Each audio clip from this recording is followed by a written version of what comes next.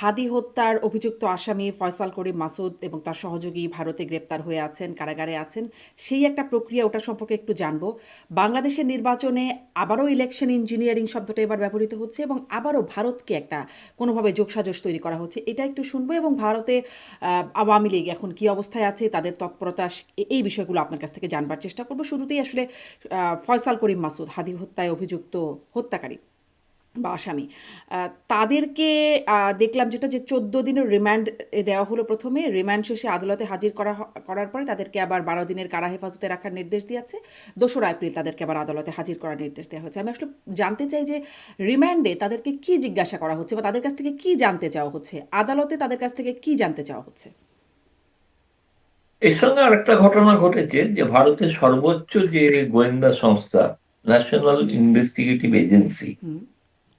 তারা এই মামলাটায় যুক্ত হতে চেয়েছিলেন। ওই দিনের আদালতে যেদিন তাদের পেশ করা হয়, সেটা আদালত তাদের মঞ্জুর করেছে। অর্থাৎ তারা এখন এই মুহূর্তে পুলিশ কাস্টডি ছেড়ে তারা জেল কাস্টডিতে থাকবেন, এটার ঘটনা। হুম। কিন্তু তাদেরকে এনআইএ যেটা আমাদের বলা হয়, ন্যাশনাল ইনভেস্টিগেটিভ এজেন্সি, সবচেয়ে গুরুত্বপূর্ণ গোয়েন্দা সংস্থা, তারা তাদের জেরা করতে পারবে জেলের মধ্যে। এবং যেটা জানতে চাওয়া হচ্ছে যে প্রথমত এরা কিভাবে ভারতে প্রবেশ করলো, দ্বিতীয়ত এদের সঙ্গে রাজনৈতিক যোগাযোগ কি ছিল, তৃতীয়ত এই ঘটনাটা যেটা ঘটেছে হত্যাকাণ্ড, সেই হত্যাকাণ্ডের ক্ষেত্রে তাদের কি ভূমিকা ছিল বা অতীত জীবন তাদের কি, তারা অতীতে কি করতেন।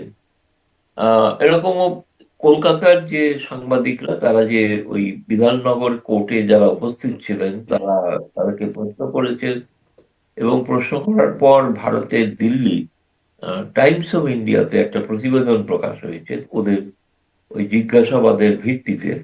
সেটা হচ্ছে তারা বলেছেন তারা খুনের সঙ্গে যুক্ত নন, কিন্তু খুনটা করিয়েছে জামায়াত ইসলামী, সরাসরি তারা নাম করেছে।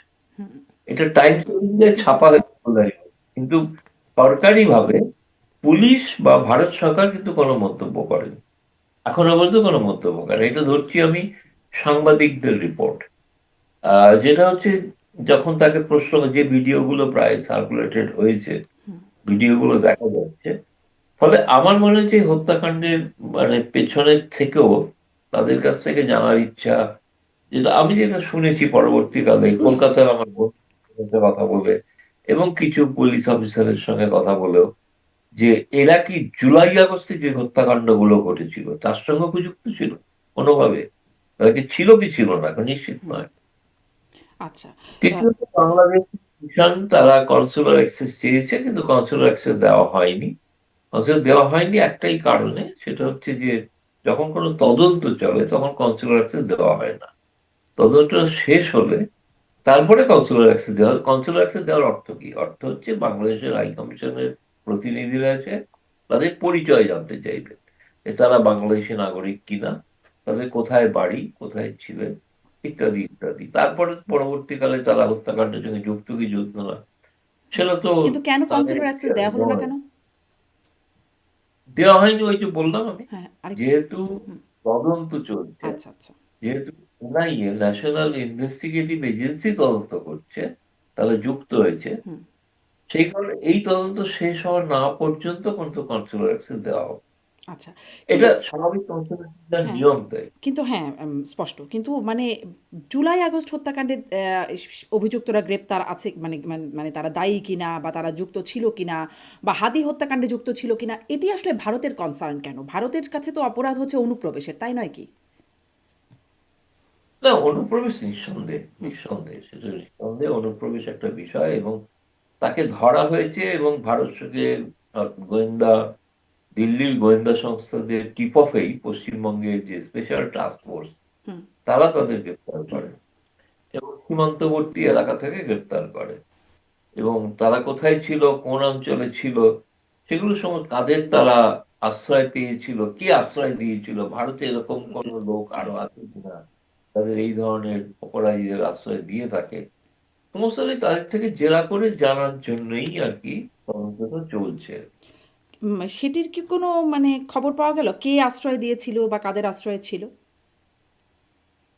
না, সেটা এখনো সেটাই অদ্ভুত বিষয়, এটা সঠিক প্রশ্ন। এবং আমার মনে হয় সেটা জানা দরকার যে তাদেরকে কে আশ্রয় দিয়েছে, কে তাদের পার করিয়ে দিয়েছিল সেটা জানা গেছে, তাকেও গ্রেপ্তার করা হয়েছে। কিন্তু তারা কার আশ্রয় ছিল, এবং পশ্চিমবঙ্গ সরকারের যে প্রথম যে বিজ্ঞপ্তিটা, প্রেস বিজ্ঞপ্তিটা, তাতে বলা হয়েছিল যে অনেকটাই যে এরা কিন্তু অনেকদিন আগেই ভারতে ঢুকেছে, এরকম নয় সেদিনই ঢুকেছিল, অনেকদিন আগেও ঢুকেছিল। এবং ঘটনা, তারা বনগাঁ সীমান্তে এই কারণেই তারা এসেছিল যাতে সেখান থেকে তারা আবার বাংলাদেশে ঢুকে যেতে পারে, সেই অবস্থায় তাদের গ্রেপ্তার করা। এখন আমি সত্যি কথা বলছি, ওইটা আমি জানি না এখনো বলতে, এটা সঠিক প্রশ্ন, জানা উচিত যে কে বা কারা তাকে আশ্রয় দিয়েছিল ওই বনগাঁ সীমান্ত অঞ্চলে।